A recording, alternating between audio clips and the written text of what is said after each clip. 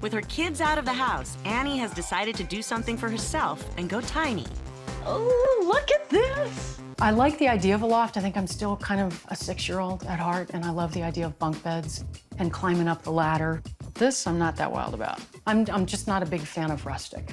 I would rather have clean and contemporary. I'm really looking for almost sort of a stark Zen thing.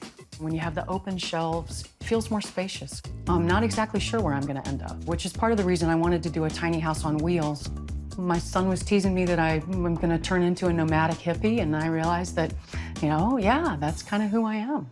She saw a 189 square foot colorful contemporary house for $37,500. I like the colorful aspect of it. Really, not too much? I mean, for me, yeah, but Okay. I think you'd make it your own very well. And all the materials inside, the reclaimed wood, it's just beautiful, beautiful stuff. I just don't know if you'd be comfortable in that loft. I mean, it was tiny even when we saw it without a bed in it. There's no room for like a guest bed. Like none of us could come visit you. That is true. But that living area is so open, and it's got all those open shelves. Mm-hmm. Yeah, the builder did a very good job making it feel very spacious, considering it's the smallest house we looked at. Next was a 396 square foot house with expandable slide-out walls, priced at $62,000. Oh my gosh, that's just massive amounts of space for a tiny house. It had awesome features that, I don't know, I feel like I like that one. That's your house. I the definitely like that slider one house. the best, yeah. If price wasn't an issue, I would go for that one. Oh, yeah, totally. Fold-out beds, the double lofts. Yeah, I think of that one as the family tiny house. Yeah. There's room for everybody. You can have the whole family come for Thanksgiving, and I wouldn't have to get rid of any books. I'm a little worried about price on that one. Then there was a 211 square foot rustic model for $44,500. The rustic one had my favorite loft. I know, mine Yeah. too. And I was surprised. That pine paneling inside was nice and contemporary. I can finish it however I want. That thing still feels very small to me. Oh, and see, and I think that one was spacious. Too many cabinets, all those closed doors. I feel like the increase in price might not really justify how much space you get, because it didn't really feel like it had that much more space in the colorful one. Such a tough decision. I think I know which one I really want.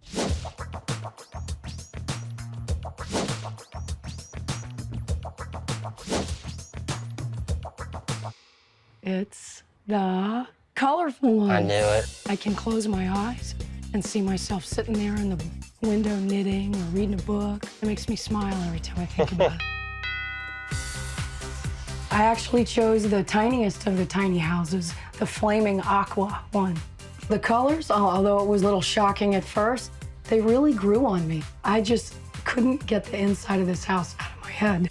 It was just so inviting. Just made you want to plop down and read a book. I did go a little bit over budget. The price was $37,500. My big house is still for sale, but I just decided to move on, and a friend was kind enough to let me park my tiny house on some farmland outside Nashville. I moved in a couple weeks ago. Tiny life is actually pretty much what I imagined. I know that there's some compromises as far as space, but no, I love it. It's like living in my workshop. I've been getting rid of things for 6 months. What's really given me appreciation for not only downsizing, but to live more sparsely.